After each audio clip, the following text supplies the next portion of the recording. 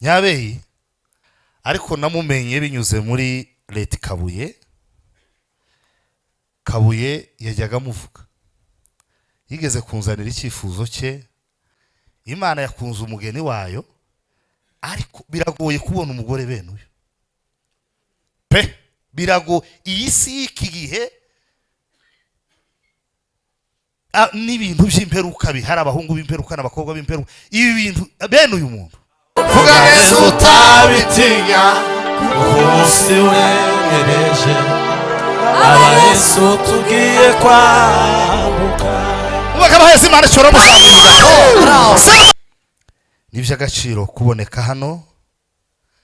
Impamvu ziduhuje ntizinejeje, ariko Imana yari ibizi ko uyu munsi tuzaba duhuriye aha tukaza guhumuriza umuvandimwe hamwe n'imiryango yose imushamikiyeho, by'umwihariko umuryango wa Nyabeyi. Mushumba wihangane hamwe n'umuryango wose, umuryango uvukamo, ndababona hano mama ndetse n'abavandimwe bawe bose, turabahumurije. By'umwihariko turihanganisha Fani n'umwana wacu, ariko akaba n'umukristo mu rusengero. Ndagira ngo rero umwana wacu wihangane kandi ukomere. Turihanganisha famiye y'Abongera yose, mwese aho muri, Imana ibakomeze kubwo kubura umukazana nk'uyu udasanzwe. Umuryango wa Gasinzira wihangane kubwo kubura umwana w'umwihariko. Ndagira ngo nongere nihanganisha umuryango wa Nazarene,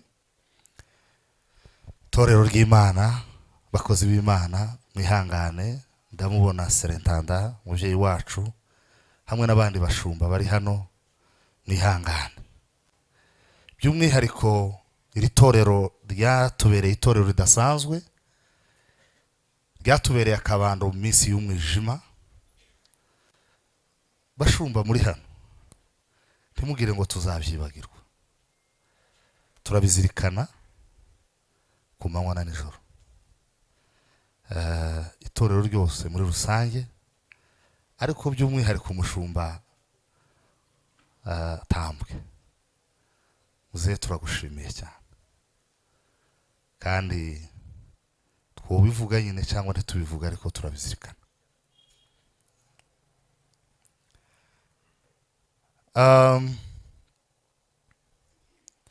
Munyemerere nanone ngishimira Nazarene, ishimira uburyo mwakoze imihango neza kugeza uyu munsi. Iyi migoroba yo kwibuka yabaye imigoroba ifite gahunda, abantu bakaza bafite icyerekezo cy'igihe bari butahire. Ko tuza tugira ibiriyo ugasanga abantu bagakubana bakabura uko bagira, ibintu bikasa ukundi kuntu. Turabashimiye kandi twizeye ko bizakomeza gutyo kubera ko tubazi.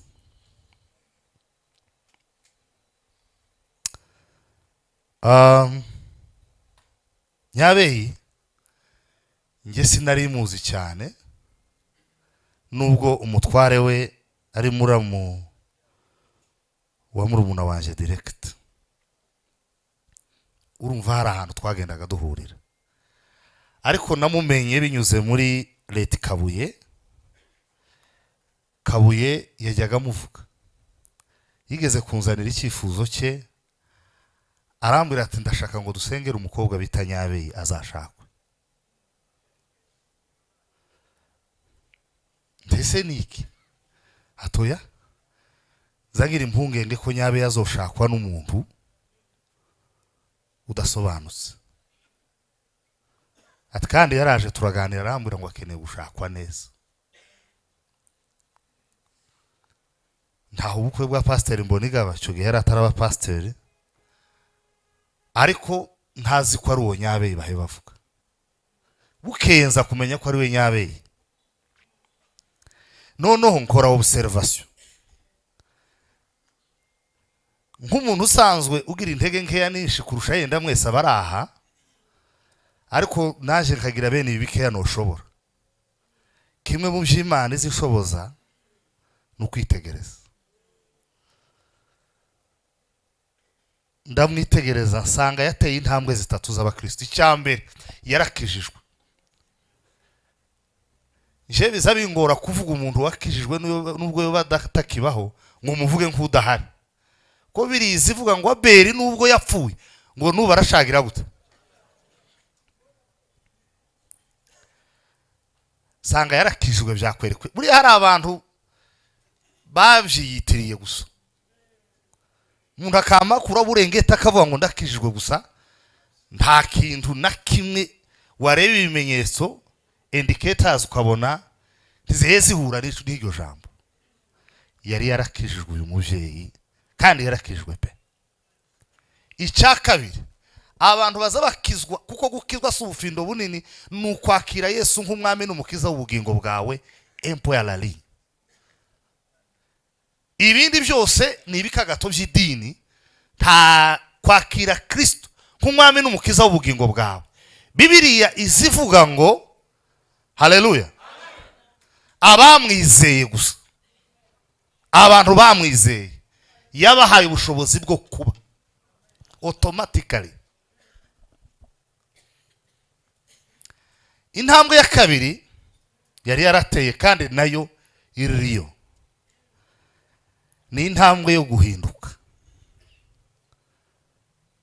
Wamureba ukabona n'umuntu wahindutse, uri transformed, vraiment transformé.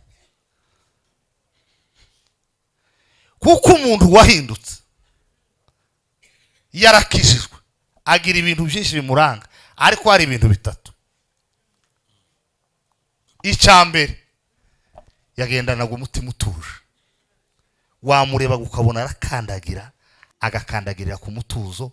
Kandi turabana twese yani Kigali, iyo ubuzima butameze neza ntibisaba ngo umuntu akubwire ngo bimeze neza.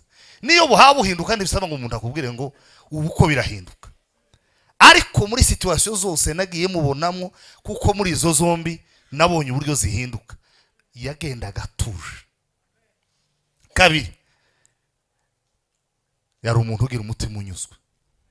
Ntiwagaze ureba ngo ubone umutima we kurare hare hasizi yaherere. Icya gatatu, ni umuntu wajyaga witwararika mu byo avuga. Ukundi mubona abantu benshi buzuye n'umwuka, ariko buzura n'umwuka w'amagambo. Baza batogota nk'inkono z'amateke. Umuntu akavuga ukaza wibaza nimba araga kandi bakavuga intege nke z'abandi. Nta muntu abantu ngo nabanyamwuka, ariko ugasanga akanwa ke Satani yaragakodesheje. Azayicara gusa avuga ngo abangaba bararoze, baba mu bagore, baba mu bagabo, yari umuntu wagaza witwararika mu byo avuga. Wamureba ukabona azayitwararika mu bintu avuga. Intambwe ya gatatu yari yarateye, Icyongereza nico kiza kivuga neza, divine visitation, guhura n'ijuru. Abantu benshi barakijijwe, abantu benshi bari mu rugendo rwo guhinduka, kubera ko guhinduka si umukoro w'umunsi umwe, si igitero uzutera umunsi umwe, uzugenda utera ibitero kugeza uvuye mu isi.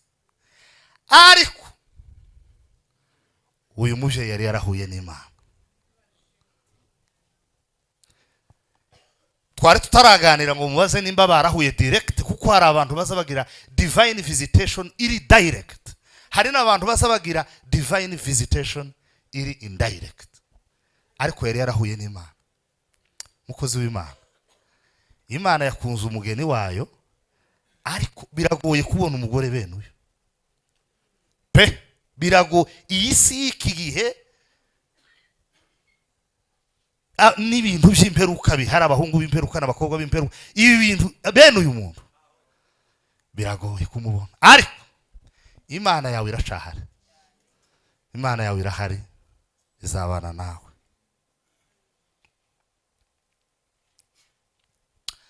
Yoshua azenguruka mu ngando uwo munsi, amenyesha abantu,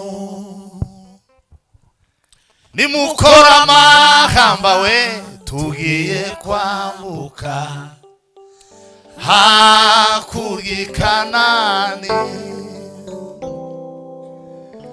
Vuza impundu urangurura we, bwira abantu iby'uwo munsi, byamamaze mu busaza bikwire mu isi yose. Vuga neza utabitinya, kuko umunsi wegereje we. aba Yesu tugiye kwambuka. Vuza impundu urangurura we, abandi iby'uwo munsi, byamamaze n'i Kigali bikwire mu isi yose. Vuga neza utabitinya, kuko umunsi wegereje.